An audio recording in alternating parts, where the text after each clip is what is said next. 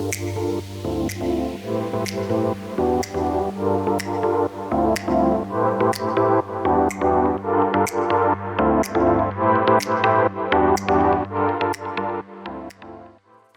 everyone. Welcome to the first episode of Recruiters on Record. It's our attempt at cutting the fluff and going deep on frameworks, models, and advice that recruiters need to grow in their career and become best at what they do. And that is recruiting. So, this is our humble effort to help you along the way. This is the first episode. Joining us today is the usual suspect, Achu, Kula's CEO and recruiter in chief. And with him, we have the sourcing legend himself, Dean Da Costa. Achu and Dean, welcome to Recruiters on Record. The stage is all yours. So good morning, good evening, whichever part of the time you guys are in. I'm super thrilled to welcome you all to be part of our very first episode of Recruiters of Record. And I'm even more grateful, Dean, for you to give us this time to be as part of our first guest. And I'm sure everyone in the room knows about Dean. Dean is arguably the most famous sourcer the industry has ever seen. He's known for his own breakthrough processes and tools to find needle in haystack candidates. And he's one of the, I would say, most looked after thought leader in the market for recruiters and sourcers. And I've been an ardent fan from him from my inception of my career. So just in case, if you're getting to know Dean for the first time, Dean, would you love to give a little bit of introduction about yourself? Okay, I hate pontificating about myself. I'm Dean. I've been doing this for about 30 years. I'm ex-military. I've worked for companies like Microsoft and Google and Lions and Tigers and Bears, and currently work for another company. Plus, I own my own company. I speak at a lot of conferences. I've written a few books. They're up there on the shelf back there. That's about it. As you can tell, I'm really bad at talking about myself. I don't like it. I'd rather have other people do it. I'm not into all that pontification. Yeah, So, I mean, I could keep going on and talking more about. let's make it simpler. Let's make it simple. Get my name, You're good. get my name, and Google it, and then Google. you'll know what you need to know about me. Yes, That's pretty easy. much it. Yep. Awesome. Then I think we should just quickly dive in. Okay. I do have a couple of questions for you, Dean, right? These are all the questions which I always wanted to ask you, but I never got a chance to, get in touch with you or, got a platform to ask those questions. First and foremost, I'm always sort of overwhelmed by how top of the funnel is one of the most important pieces of any recruiter's journey, right? And you have spent more than 2 decades in just building top of the funnel and educating multiple recruiters, sourcers, or even organization for that matter on how to do that better. But in today's world, we have so many tools, so much of discoverability available right up front for us.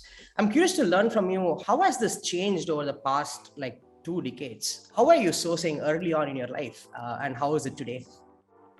Well, okay, this is where I get to have fun. Early in our lives as recruiters, sourcers, we had to do something and use something called a newspaper. Mhm. Now, not electronic, an actual physical paper, and we had to put ads in the paper. Then they had things called job fairs, which we would go to collect resumes.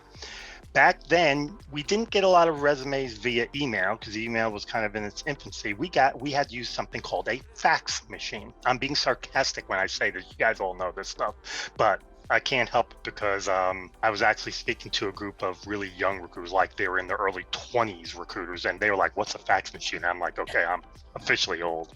But yeah, back then it was just a lot more older school. I mean, you had to actually go out and meet people. Sometimes we would find out a group of people from Microsoft were going to this one bar, and we would go to the bar and meet them there. You just had to do a lot of old school, get out, get it done. A lot of what I would call pounding the pavement, for lack of a better term. You know how you get calls right nowadays for people doing surveys? Well, back in the day, they didn't call you. They went to your door, knocked on your door, and asked you, which was annoying, by the way. Of course, back then gas was only 50 cents a gallon too, so that should tell you something. But yeah, we just did it the old-fashioned way because you didn't have the capabilities that you have now. I mean, now everything is available to you if you know how to find it, where to find it, and how to put it together. I mean, literally, there's nobody, if they have ever been on the web or owned a cell phone or owned a TV that's connected to the web or connected in any way, shape, or form, they can be found. That doesn't mean you know how, but they can be found. Mhm. And that's what it's all about. And that's why you'll see the difference between recruiting then and now is back then, recruiters were more post and pray, inbound, hoping people contacted them. Now you should be much more proactive. You shouldn't be waiting for them to come to you. You should be going out and finding them. You need a job developer. You should be going out to the places where job developers hang out. You need a program manager. You should be going where program managers hang out. If you need an upscale person, upscale, by the way, for the oil industry, you have to go find them. Because the reality is this, right now, there are more jobs than people. Yep. And whenever there's more jobs than people, you have to go find them. When there's more people than jobs, then they'll come to you a little more. But otherwise, you got to go find them. And that's the biggest difference is there's a way bigger field to look to find them than there was 20 years ago, 30 years ago. Yep. That's it. I mean, totally agree. And I completely resonate with you, especially, the outbound recruiting has become a norm today. And, your top of the funnel talent is what defines your talent pipeline, and is very, very critical to, just, stay afloat on what is happening in the market. It's a nice segue to our, next question, which I always wanted to ask. There is this urban legend which says that Dean uses 1,200 plus tools and 5,000 plus extensions. Firstly, is that true? Well, first of all, the numbers are slightly mixed up. Okay. Extensions and tools are a combined thing. I have 26 Chrome-based browsers, and each one has approximately 400 Chrome extensions on it. So 26 times 400 there's your number. Yeah, got Roughly it. 10,000. Interesting. Do I use them all the time? No. Yeah. They are packaged based on what I'm doing. Uh-huh. So all my LinkedIn ones are here, all my Facebook ones are here, all this are here. And that's not counting the hacking and OSINT, heavy OSINT tools, not the light OSINT tools, the heavy OSINT tools, which are on that computer, which is that's another whole ball game. So no, it's not really an urban legend. I do. Do I use them all the time? No. Do I use them when I need to? Yes. Do I know where they're all at and which ones they are and what they can do? Yes. Why and how? I don't know. Some people say I'm a robot. Figure it out. I don't know. I just do. That was my next follow-up. Like, are you human? Like, for real? Well, let's see. Ex-military. I bled. In fact, my dog bit me last night because I was playing around too much with him. I'm human. I just, it's really interesting. And I really, truly believe what I'm about to say. It may come across really bad, though. I believe that everybody has an ability. You want to call it a superpower? I don't care. Not really a superpower. It's just they have something that they do that is better than almost everybody else. There may be others that do it well, but better. I mean, you've got people who sing super well, people who are great athletes, people who are smart as heck, people who can do this, and everybody has them. And for me, I guess mine is the ability to compartmentalize information and pull it up quickly. No, I'm not Sheldon from Big Bang Theory, by the way. I think I'm a little more better with people than he is, but I do remember things really, really well. That's all I know. Interesting. I'm quite blown away. I mean, a quick follow-up on this, right? With so many tools, how do you end up choosing them, right? Because oftentimes we basically have this dearth of tools available in the market, and even though we know what those tools are, we don't know how to use them, or we don't know at what instance we have to use them. I think it would be a disservice to the audience if they don't get to, witness your wizardry in life. Would you love to, I am going to show you something. Okay. But so the way it works is this. I primarily do sourcing. I've been a full desk recruiter, been there, done that. I held the record for the most hires at Microsoft as a recruiter. It's not a big deal. But the first thing you need to be able to do if you're going to try to keep tools straight and understand it is you got to keep up on what the tools are out there. I have bots that go out and bring back tools, and if I've already seen them, I don't need to see them again. If I know about them and I know how they work, I don't need to. If it's something new, I request an opportunity to play with it, and usually they say of course, and my first job is to break it, which I always do, and then tell them how to fix it. That said, I in my mind always classify tools within the sourcing life cycle. The sourcing life cycle is research. You as a sourcer in most cases are giving a role. So the first thing you need to do is research that role to understand what it is they are really meaning. I don't care if it's a job developer. You're like, well, I know what job developers are. Really, do you? Guess what? Every day a new thing that works with Java is brought up. But if you don't research, you don't know. So the first thing is always research. And then the next thing is you got to find them. You got to source, you got to find the people. Then you have to get that information out of wherever you found it. If you found it in GitHub, Stack Overflow, Gitty, any one of a gazillion places you can search, Then you have to enhance it. You got to make sure you have contact information of some kind. Then you have to outreach. So when I look at a tool, I go, where does it fit? And as soon as I realize where it fits, an example, Swordfish is a contact finding tool. That's where it fits. Enhancement. Done. I have it. Then it's a matter of deciding which ones do I like the best and for what situations. An example, if I have a tool that will find me email addresses on GitHub, it's not going to go in my LinkedIn tool set because it doesn't work on LinkedIn. It works in GitHub. So it's going to go in my GitHub. And that's all that it's a matter of, is doing that. If it's an extension, there are tools that can allow you to clump extensions together, turn them all on and off so you know which tools. Hey, LinkedIn, let's turn on all my LinkedIn tools. There they are. If they're not, then it's just a matter of finding a way to put them in some frame of order where you can either know where they're at or you know that these tools all do this. Let me share my screen here if you don't mind, and I'll give you an example. Yeah, I think that'll be great. Yeah, I just shared it. Let me know when y'all can see it. Yeah, good. We can see it. Okay, I use this. This is a Chrome extension, allows me to do all this stuff here. And you'll notice a very specific pattern to everything I do. Dean, sorry to interrupt you. What Chrome extension are you using to lay out such speed dial?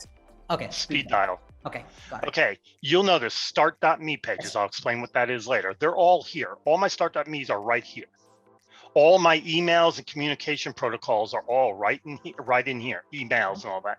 You come down a little bit, and there's Seek Out, and there's Who Knows, there's Amazing Hire. These are all the sourcing tools. So I have everything organized. And if you come up to the top, you'll notice Main, okay, OSINT, there's all my OSINT tools. There's all my banking information. There's all just general searches. There's sports oriented stuff. Everything is organized. If you are organized, then you know where everything's at and you know what it is. And you have to, it's just like my office. My office may look like a mess, but I don't even have to turn around. I could tell you, you could say, Dean, where's the robot recruiter book? And I can tell you right now, it's the fifth shelf down. It's the 13th book from the left. Why? Because I make sure I put everything's in a place. I'm organized. That's why I meant about running things like a project. Because when you run things like a project, you know where everything is. And that's how I keep track of literally everything. I kind of know where everything is. The reason why I like speed dial so much is if for some reason I can't remember where a certain tool is, I can actually search for it right there. If I put in the words and boom, Seek Out pops right up.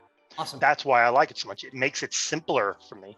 You'll find all my bookmarks are extremely organized. I know where everything is. I dedupe my speed dials. I dedupe my bookmarks once a month. So I don't have multiple bookmarks.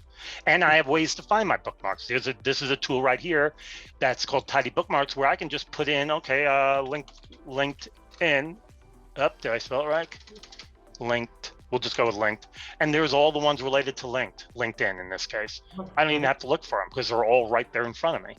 And so it's a matter of organizing yourself in a way that will allow you to maximize your capability while minimizing your time. In the end, when it comes right down to it, everything falls back to ROI. Got it. It's all about saving time. Most of these tools aren't, let's get real. There's not one tool in here. There's a tool down here. It finds people on GitHub.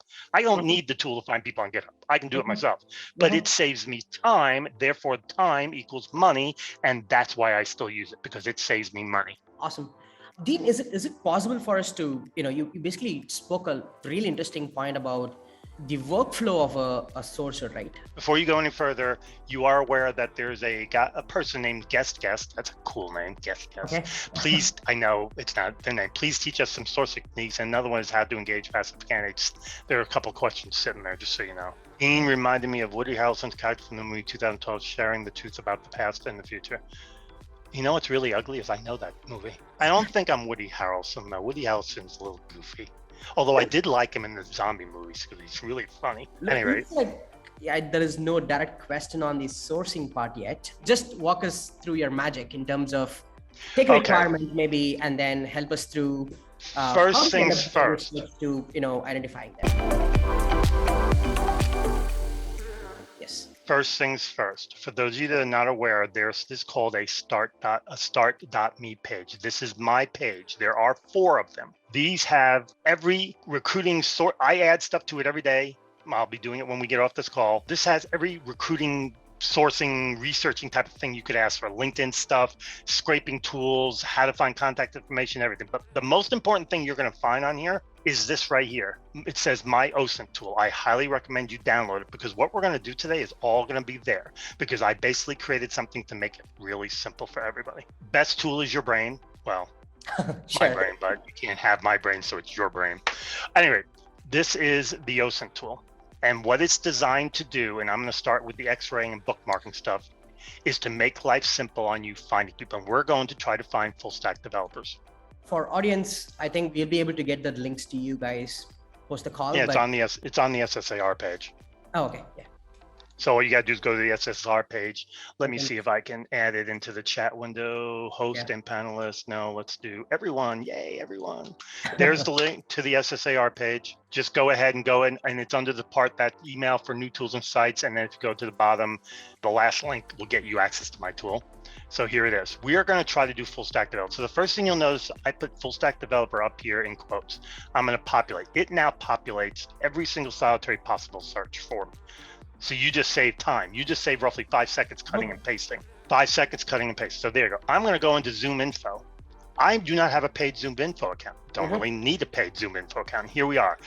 Full stack developers. That's what we're looking at. Emails, direct phone numbers of full stack developers. There you are. There are a whole bunch of people who say they're full stack developers. Now, some of them are founder and chiefs as well, which probably means they work for a fairly small company. F3 Software, yeah, they've got 20 people total. But here you are. Full stack, and there's pages upon pages upon pages. Now, the first thing you're going to notice is to get the email phone number, you do need to pay. But here's the thing, it's Zoom Info. You're only going to get their work email and their work phone number. Guess what? I don't need Zoom Info to tell me anybody's work information, work number. So we're going to do the work info real quick. I'm going to copy the name of this company, and I'm going to put it into a search bar. Okay, this is the name of the company. And that means that this is their domain. So we're going to copy their domain. We're going to go back to this handy dandy little tool. And we're going to go over here to the work email part. And we're going to punch it in, clean it up, because for some reason it decided to copy everything, which I don't need. And we're going to go back here, and we're going to see if we can find it the easy way. The easy way is just using tools that I've set up for it. Save time and energy. Nope, it didn't set up there, which tells me this is a very small company. If that, here we go. So the answer is first name dash last name. Bingo. We now know everybody's email address. Every single solitary person that works at, so his email or hers is her first name dash last name at rima.com. Done. Email over. Now the question is, how do you get all this information out? The easiest way to do that is using a tool called Instant Data Scraper. It is a Chrome extension. It is free. You're going to push it, and you see how it highlighted everything? Well, guess what it did? It just went ahead and scraped the entire page. And I can set it up. See, it says locate next to scrape the entire results. Go page to page to page to page. Once you got that, then you just got to find work emails, which I just showed you how to do. You're done. Boom. Over. Zoom Info has now become your play toy. I wanted to use another word, but I didn't think I should use it. Sure. Dean, quick follow-up. We're not done. As we find this email ID, like what kind of tools would you recommend to verify those email IDs? Is there a natural progress? It's funny you should say that, because within this tool comes email addresses. If you populate an email address, it will verify it for you. So we're going to put in one of my emails, because I do not like picking on other people. I'm very big on only use, so we're going to pick mine. So let's start with, have you been pawned? Let's see. You read in here somewhere, it's going to tell you that this is a good email. You have to read it, because that's the way that particular tool works. But let's find one that's a little bit nicer, a little bit easier. Let's do that's them. We got to do a humanity check. Oh, wow. Dean Da Costa, Facebook. There's where I live. Yep, that's my email. Awesome. That's how simple it is. Why did you think that was going to be hard? Interesting. The natural progression is, once you have the permutations of the email ID, it's you check it. Check it, right? But I give you that capability in the tool. You'll find in this tool is pretty much everything you need. All you need to do is figure out how to get the information out of where you find it, which I just showed you one way to do it using Instant Data Scraper. Everything you need is right in this tool. And just to scare people a little bit, let me explain something to you. This is the version of the tool that I give out to anybody. My version of this tool is this. How do we get access to this? You don't, because there are things in there that you guys shouldn't be playing with, like data breaches. Do you really want to see data breaches, knowing that people that where the information is coming from may not be somewhere you want to mess with? Like, oh, I don't know, the Library of Congress. This is a high-level sourcing tool. This is a lower-level sourcing tool. Got it. Or OSINT tool. Yeah, you won't get access to this because I'm afraid I really don't want to give it and have people do things they aren't supposed to do. Now, if someone can prove they took an OSINT class and gets it, I will be more than happy to give them access to it. But until then, yeah, not happening. Sorry. But anyway, getting back to this. So let's get back to this because, we still got things to do. My dog down there is barking, I guess, because I haven't come down and said hello yet. Populate. So we're going to look for a Java developer now, and we're going to populate. And I want to show you how we do that in, okay, Facebook will not be the one. Let's do Facebook differently. Let's do LinkedIn X-Ray. This is a LinkedIn X-Ray. Now it comes preset, so you're going to have to modify this a little bit. So right now it comes preset with the word Amazon developer around 10 to present. What we're saying is, and I will show you what I mean, because this is the most powerful sourcing Boolean operator you can come up with. So let's go back to this string, present. The only place on the entire LinkedIn profile the word present will be is right here in where they are currently working. I am saying within 10 words of the word present, before or after, look for the word or a word like it. So developer, engineer, engineer, Amazon, and the title. And guess what? Within present is Amazon and title. Now, we would have to make some changes here. First of all, Java is fine because we're doing LinkedIn, but we don't need developer because we already got developer. You don't need it twice. So you just get rid of it. And boom. Now, here's the other thing though. We really don't care if they work at Amazon or not. So we just take out Amazon or we replace it with a different company, whatever floats the boats. Boom. 265,000 Java developers. Well, 264,998 since the first two are bull crap trying to get you to buy something. And there you are, Java devs. Now, you're going, well, I have to be able to contact them. How do I find their email? You try putting in the big email domains and start with gmail.com. And there's 5,310 that have their Gmail email address sitting right there in their profile. That's how you do it. Wonderful. Just simple.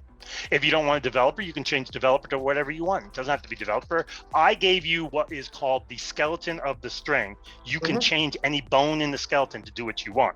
So let's do, I hope I spelled this right. See, this is what happens when English isn't your first language. You misspell things. Architect. There's 1,980 architects that have a Gmail email address to Java. And keep in mind, Gmail is only one. There are 27 free email domains that 90% of all people in America have one from. So go through them all. Gmail, Hotmail, Outlook, Yahoo, AOL, and blah, blah, blah. Just keep going through them all. That's all. And you'll get them.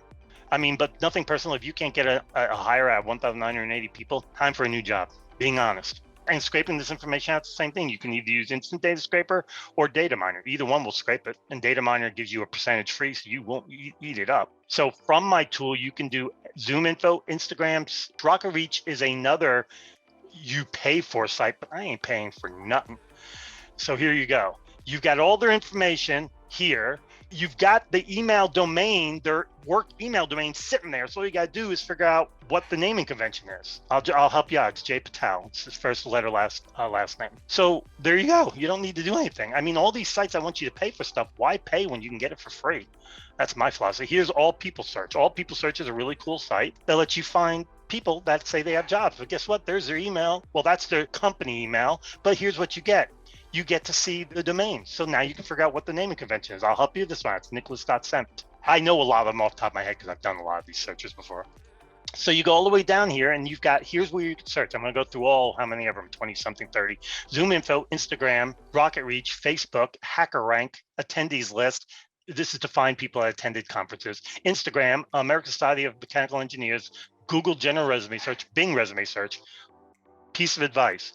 Always, always, always do your Boolean searches in both Bing and Google. The results are not always the same. And I will show you that in a moment. LinkedIn would be around in present, Google file type, which is basically PDF. Most resumes are either going to be RTF, text, docs, or PDFs. So that's all I do is I just search. GitHub search, Quora, Zing, About Me, document search, blah, blah, blah. I'm not going to read them all. This one is the LinkedIn X-Ray search for the @ Now, what's the @ The @ is way up here. This is where you see the @ Now, why do I do that? The information up there and the information down below aren't always the same. Sometimes they are, but they're not always. As an example, if somebody's working remotely, up here they might put, like, I work remotely. It says Kent, Washington, but down below it shows where my company is, which is the East Coast. Sometimes the title up here and the title down here aren't the same. So that's why it's good to be able to search both. You never know what you'll find. There's Twitter searches, Contact Out, Stack Overflow, all the way down to LinkedIn, open to work. For those of you wondering, these are people that are open to work. Now, how do I know they're open to work? Because they say open to work right there. This is how LinkedIn does it. They just use these different things and search on people who say they're open to work, and that's it. So all these people are open to work. And what are we looking for? We are looking for a Java developer. So there you go. Open to work. I love open to work. Anyway, so there you go. Schedule.com is one of my favorites because it will show you conferences where people have attended. This is a Java conference 2015 and all these people attended. Now you're going, okay, Dean, there's not a lot of information with all these. You're right. But guess what? If you use the process I just kind of outlined, I already have the entire attendees list, emails, everything for every single solitary person. And if you're lazy and you don't want to do all that work, check on a few of them. There's his LinkedIn profile. A lot of them have information on them in there. It just may not be enough for you. Let's go to this person. I don't know what's in there. This person gives you their personal, what appears to be their personal website. Yeah, that is theirs because their username is JHRCZ. I looked up there, and that's what this is to. So that's their personal website. I mean, it's pretty easy. If I remember correctly, without working hard, you can get about half the people that attended because their information is right there in front of you. But there's 269 Java-orientated conferences that people attended. I don't know about y'all, but I'm all for it. If you're going to put the information out there and make it easy for me, I'm going to take it. So this is this section. This is the CSE section. These are CSEs that are designed for certain things. We'll start with full stack developer again, and it populates all of them. So all you need to do is open up the one you're interested in. So we're doing a full stack developer. Let's go ahead and pick on GitHub. It opens up, pre-populates, and there's your results. Not many. There aren't many people call themselves full stack developers on GitHub. They'll either be a developer or an engineer. It's just the way GitHub is. But there's diversity ones, there's veteran ones, there's developer ones. Let's see what happens if we pick the developer one. Full stack developer. Yeah, there you go. Full stack developers. Their custom search engines are pre-built, and all I do is make it simple for you to go to one place and populate everything. You're looking for tools? Well, these are some of the tools, and these are the ones I like the most. Interesting. Dean, you basically brought a point, very interesting point around the results between Google and Bing, right, on an X-ray. Yes, I will get to that. Let me show something real quick. If you remember I told you need to research, well, here's your research button. You want to know what something is? Real simple. Let's do Java to make life simple. We're going to populate all. You want to know what Java is? Just there you go. Everything you want to know about Java, I'm afraid to ask, there's Java. And what's cool is if you open it and go into it, it's going to tell you Java, technology types, translations, synonyms related to. You want to put together a really good Boolean scheme, you're going to use all the synonyms that will get you Java people. And there they are, sitting there, right there in front of you. I made this tool to make it so simple a caveman can do it. Now we'll get to what you wanted to know. This site is bvsg.org. We are going to do a search. We're going to do a LinkedIn X-ray. And you're going to notice a difference. Bing gets you 1 million, gets you a bunch of people. Google only gets you 51,000. There's a big difference here. Huge difference in the results. Now, which one is better? That's something you need to figure out for yourself because it's going to be search by search by search. I find that sometimes Bing is better when it comes to X-raying into LinkedIn. Sometimes it's not. LinkedIn doesn't have that many people, so you already know this is wrong. LinkedIn says it's got 640 million people. It really only has 460 million real, legitimate individual profiles. So we know that number's wrong. This number's probably right. If I had to hazard a guess why Bing's giving you so many more is because Bing does something that Google won't do. It's not an active page. Google doesn't find it. So if somebody had their LinkedIn profile public where Google would find it, but then they make it private, Google doesn't find it anymore. Bing still will. Bing actually goes back to the history and goes back to the Wayback Machine and looks. That's what I think the difference is you'll find is. Matter of fact, I shouldn't say I think, I know that is because I've done the research already. Boy, was that a week-long project. Anyway, so that's why I always test them because you just never know which will get you better results. You just don't know. Anyway, what's your next question?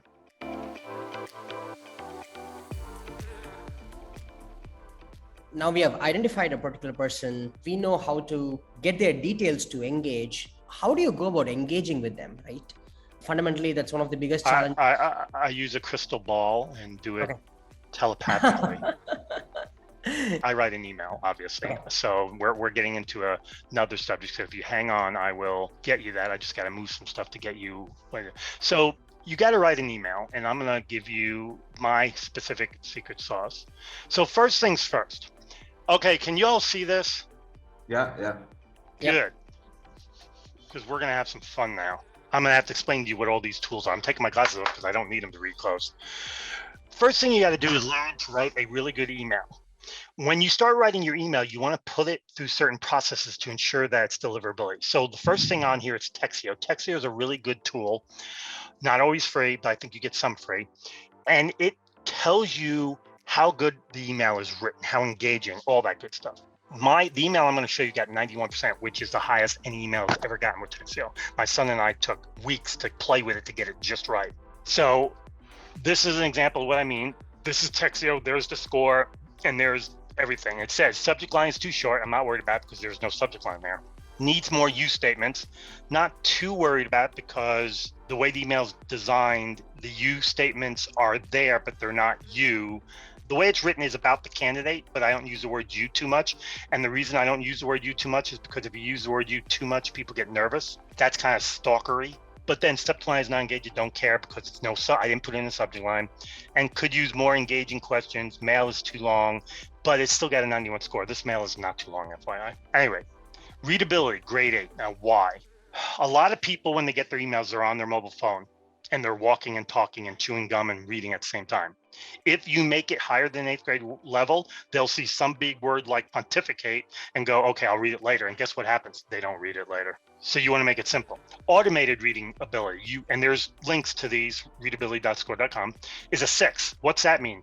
That's, okay, Google, read my email. Google is not going to read supercalifragilisticexpialidocious. It's going to be like, and get stopped. Too many letters, too many everything. So you want to make it simple.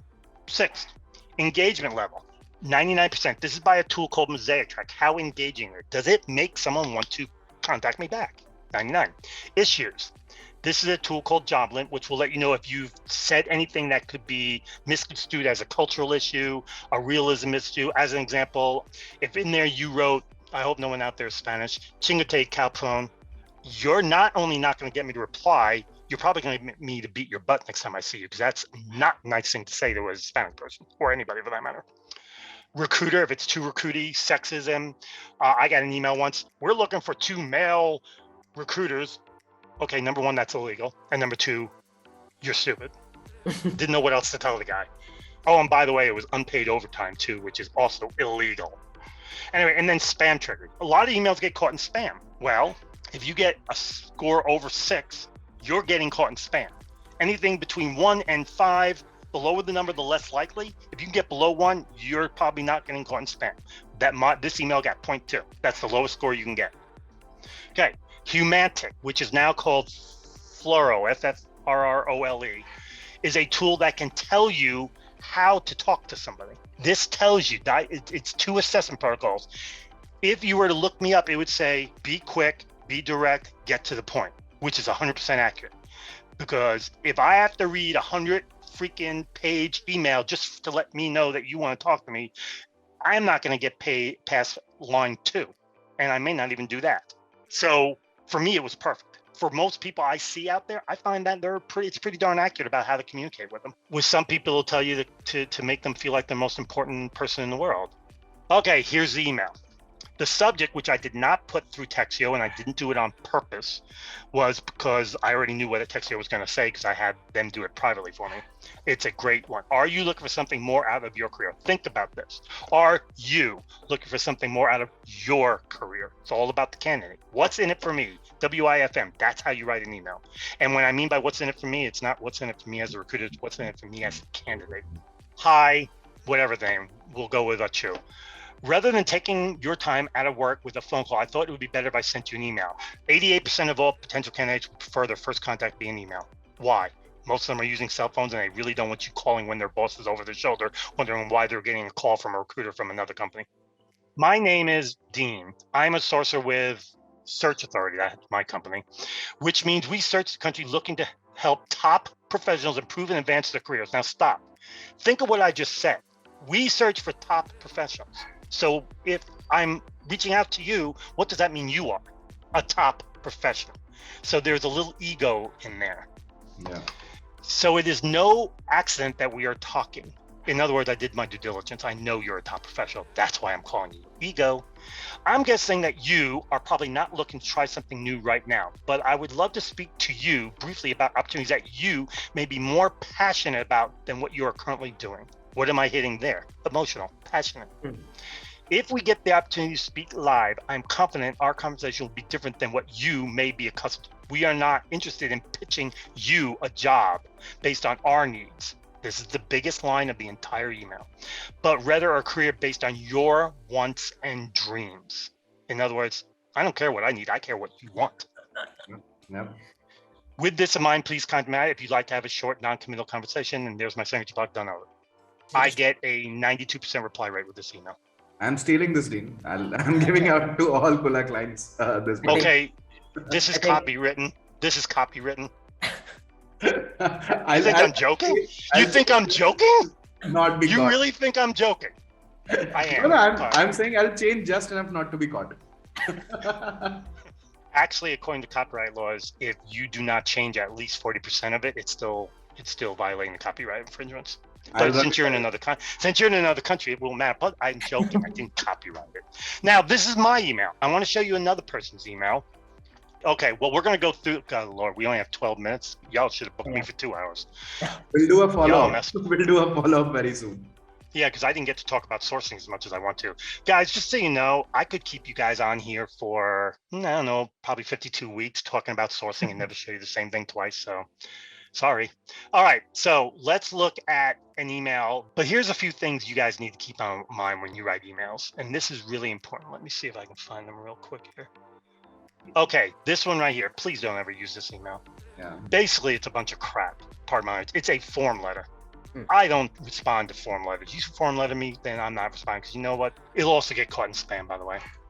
This one, absolutely not. Let me tell you why. You ready for this one? On occasion, working back hours and uncompensated overtime may be required. That's illegal. We are seeking 4 talented male candidates. Illegal. Yeah. Okay, I'm done. Now, keep in mind, when you sent that email once, if you have to send a follow-on email, it doesn't have to be the same. It can be fairly simple because they already know who you are. They already know you're interested in them. You can be a little bit simpler. Just so you understand, it is taking on average 4 to 5 emails to get a reply. Not from me, but from everybody else out there. But it's taking 9 phone calls to get a reply. Yeah. FYI. So that's it, done over there. Because I really feel bad that I haven't talked as much about the sourcing as I should have. Is there anything I need to be going on here in the chats? I need to the system around tools is fire, blah blah blah. Okay. So I can I'm stop. happy to do I'm a not dealing with follow-up for another hour or so whenever you're free. So yeah, because I didn't get to show you all this other nice, cool stuff in here that's really, really, really, really cool, like pasting sites and sites. And I didn't see. Let's do a quick This one. always happens to me. What? I'm joking. You guys need to understand something. This is only one page of about 80 pages of stuff I could be showing right now. I just can't show it all. Looks like there's a question from Cool. I like questions. Chaitra. What's the and she was hoping for you to cover Google Forms at some point. You mean how to find people? How to use Google Forms? When you mean Google Forms, do you? I believe it's finding people using Google Forms. Chaitra, am I right?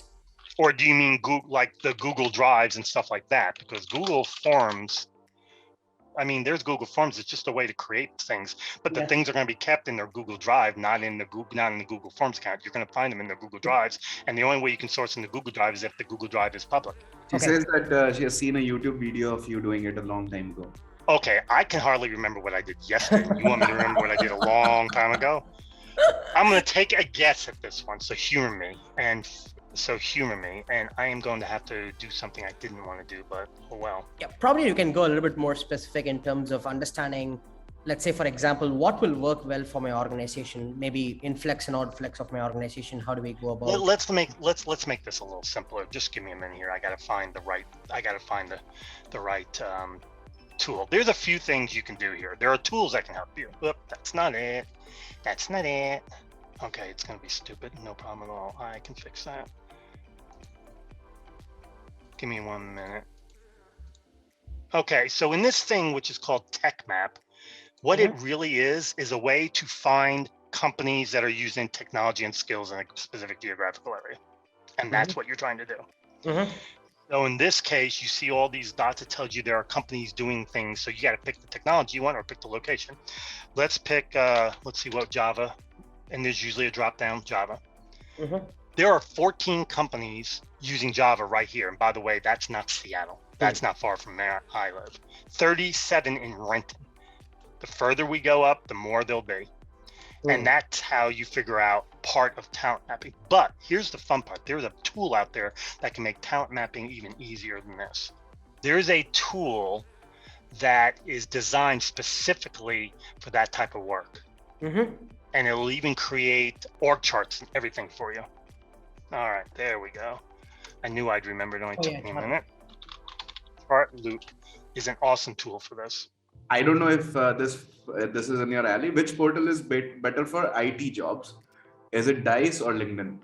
Dice is predominantly for consultants and mainly the East Coast. So the first question is, what kind of IT jobs? Where are they located? Are they perm roles or are they consulting, contracting type roles?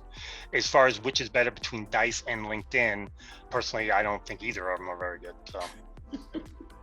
Well, you ask, I'll tell you. I don't think either of them are very good. Why? You can find IT people on GitHub, Stack Overflow, and any one of a number of other sites. Yeah, interesting. So why?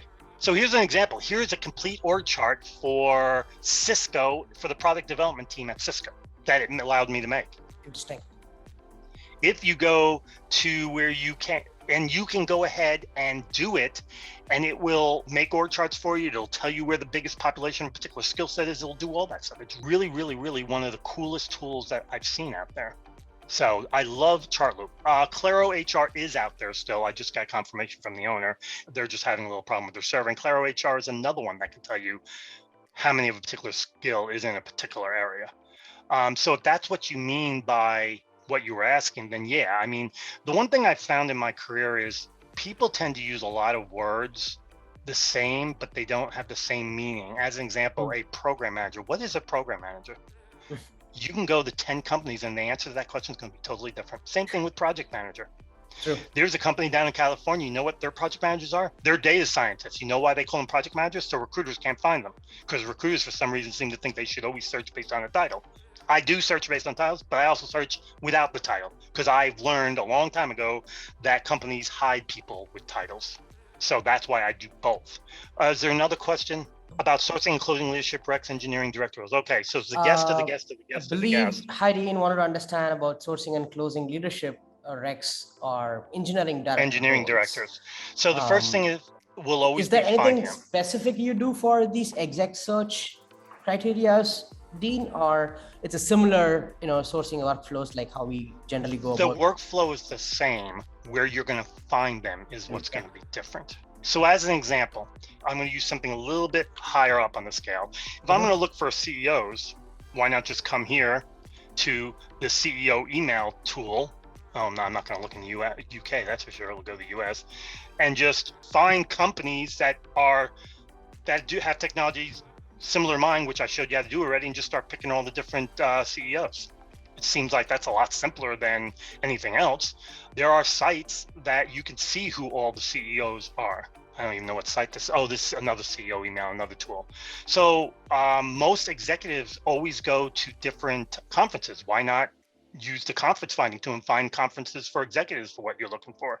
Most executives are going to be listed on the company's page somewhere. All you gotta do is find them.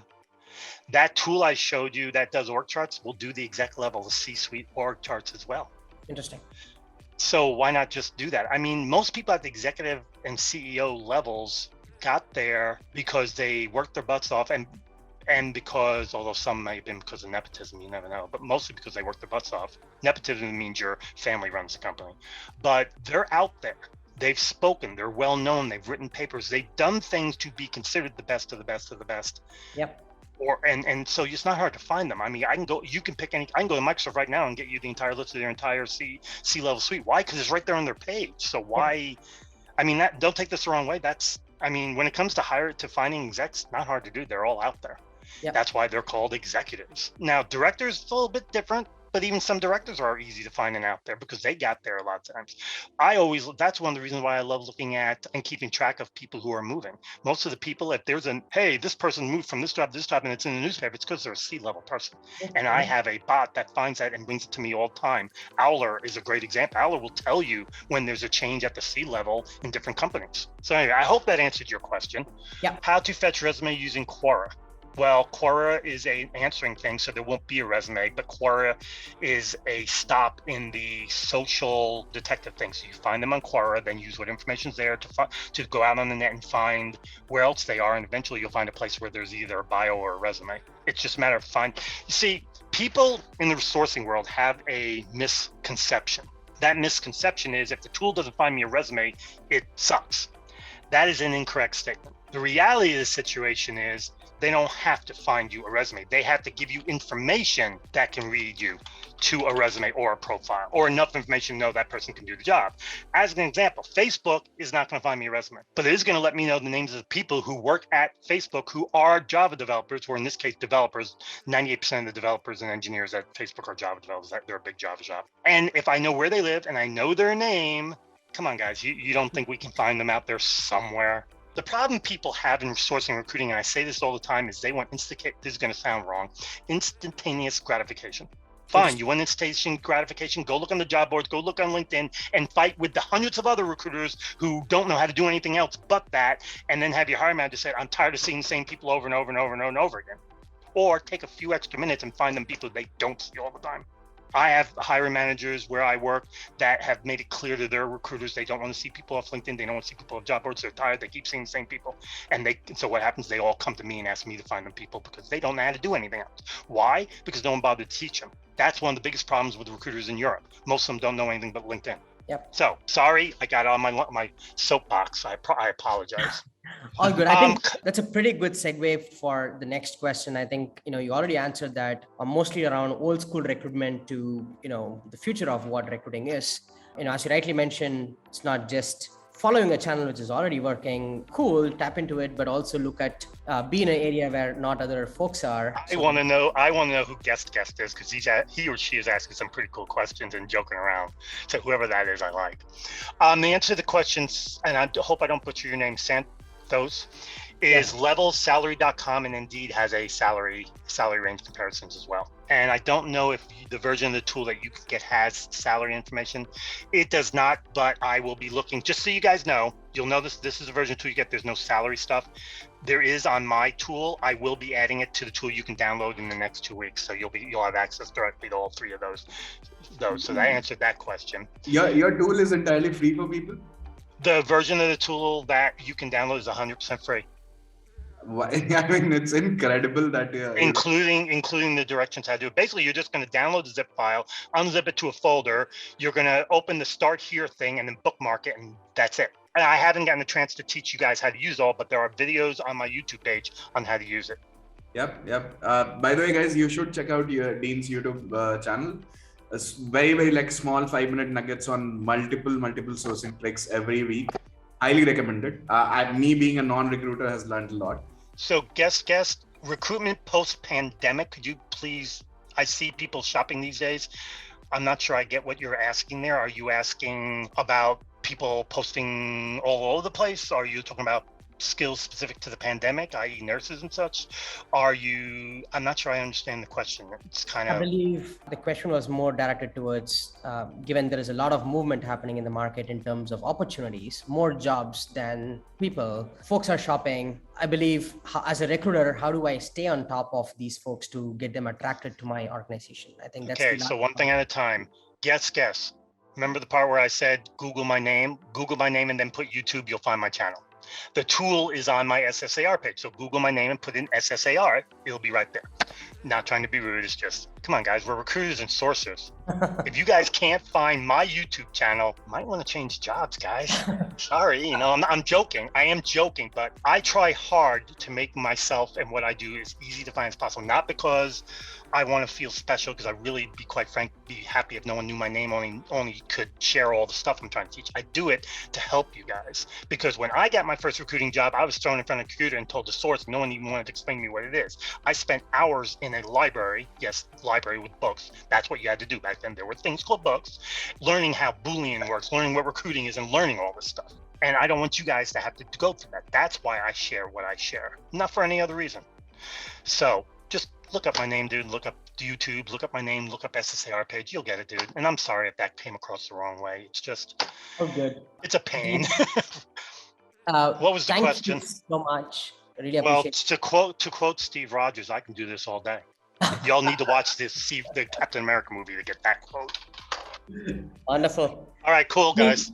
Thank you so much. Really appreciate it. We can't wait to have a part 2 of these. Looks like we already have a lot of audience who are requesting that. So pretty excited. Dean, Sure. thank you so much. 90% of people have stayed back entire session. They have been chatting, and it's amazing, Dean. The power and If you want to do another, just let me know when and we'll do it. I will. I enjoyed it. You will have my email very soon coming in for scheduling.